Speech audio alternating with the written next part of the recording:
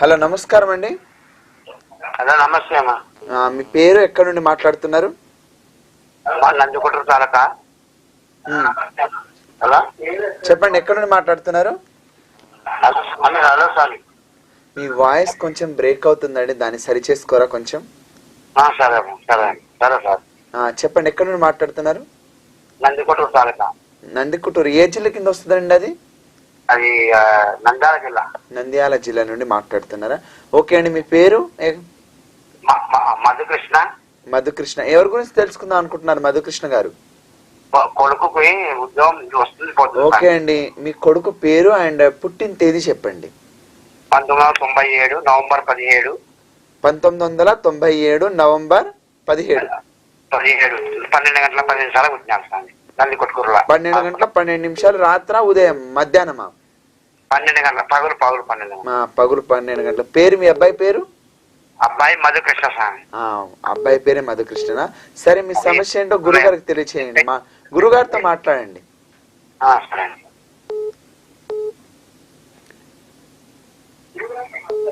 1997లో కదా మీ అబ్బాయి పుట్టింది? నమస్తే స్వామి. 1997లో కదా మీ అబ్బాయి పుట్టింది? అవును స్వామి. ఓకే, ఏం చదువుకున్నాడు ఈ అబ్బాయి? నవంబర్ 97. ఓకే, ఏం చదివాడు? ఎంబీఏ చదివాడు. ఎంబీఏ చదివాడు. ఓకే, ఈ అబ్బాయిది మృగశిర నక్షత్రం. మీ అబ్బాయిది మృగశిర నక్షత్రం 4వ పాదము, మిథున రాశి, మకర లగ్నము.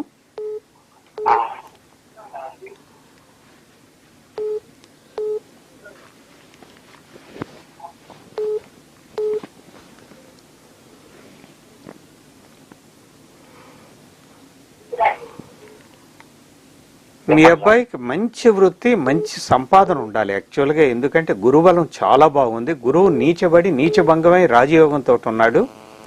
శనితోటి గురువు ఉన్నాడు. చాలా గొప్ప జాతకం అవుతుంది. అలాగే సంపాదన కూడా చాలా బాగుంటుంది. ఈ అబ్బాయి చాలా తెలివిగలవాడు కూడా. అయితే ఏమైందంటే ఈ వృత్తి కారకుడైనటువంటి శని ఇంట్లో కుంభరాశిలో కేతు ఉన్నాడు. అలాగే సమసప్తకంలో రాహు ఉన్నాడు. దానికి తోడు గోచారంలో ఇప్పుడు రాహు కేతులు ఇబ్బంది పెడుతున్నారు. అందువలన ఈ అబ్బాయికి కేతు అంటే బ్రేక్స్ అన్నమాట. ఉద్యోగాలు పోతూ ఉంటే, లేదు అంటే చిన్న స్థాయి ఉద్యోగం దొరుకుతుంది. పెద్ద ఉద్యోగం కాకుండా, అతను చదివిన చదువుకు తగ్గట్లుగా కాకుండా తక్కువ స్థాయిలో ఉద్యోగం దొరకడం కానీ, ఉద్యోగాలు పోవడం కానీ ఆ కేతువు రాహు వలన అవుతుంది. అందుకోసమే ఇతను మంచి తెలివి గలవాడు. అవన్నీ బాగున్నాయి. ఇప్పుడు చేయాల్సిన పని ఏంటంటే, ఈ అబ్బాయి మీకు ఓర్వకల్లు నాగేశ్వర ఆలయం దగ్గరే కదా, అక్కడ రాహుకేతుల పూజ ఒకసారి చేయండి. శివాలయంలో రాహుకేతుల పూజ చేయండి. ఆ తర్వాత నిత్యం ఇంట్లో వినాయకుడిని, శివుడిని, పార్వతీదేవిని, విష్ణుమూర్తిని, లక్ష్మీదేవిని, అదైపోయిన తర్వాత సూర్య భగవాను సూర్యాష్టకం పఠిస్తూ, శనిదేవుడిని దశరథ ప్రోక్త శని స్తోత్రం పఠిస్తూ, రాహు కేతువుల్ని వాళ్ళ గ్రహ స్తోత్రాలు పఠిస్తూ, ఆ తర్వాత మళ్ళీ శివుడిని, దుర్గాదేవిని, వినాయకుడిని ప్రయత్నిస్తూ, ఇతను చదివిన సబ్జెక్టులు బాగా ప్రిపేర్ కావాలి. ఏదో పైపైన కాదు. ఇంటర్వ్యూలకు వెళ్తే ఇంతకంటే ఆన్సర్ చెప్పడానికి ఇంకా లేదు అని వాళ్ళు ఎన్ని రకాలుగా మెలికలు తిప్పి అడిగినా కూడా సమాధానం చెప్పగలిగేటట్లుగా ఇతను బాగా సబ్జెక్టులు ప్రిపేర్ అయి వెళితే ఇతనికి నెల రోజుల్లో ఉద్యోగం దొరుకుతుంది.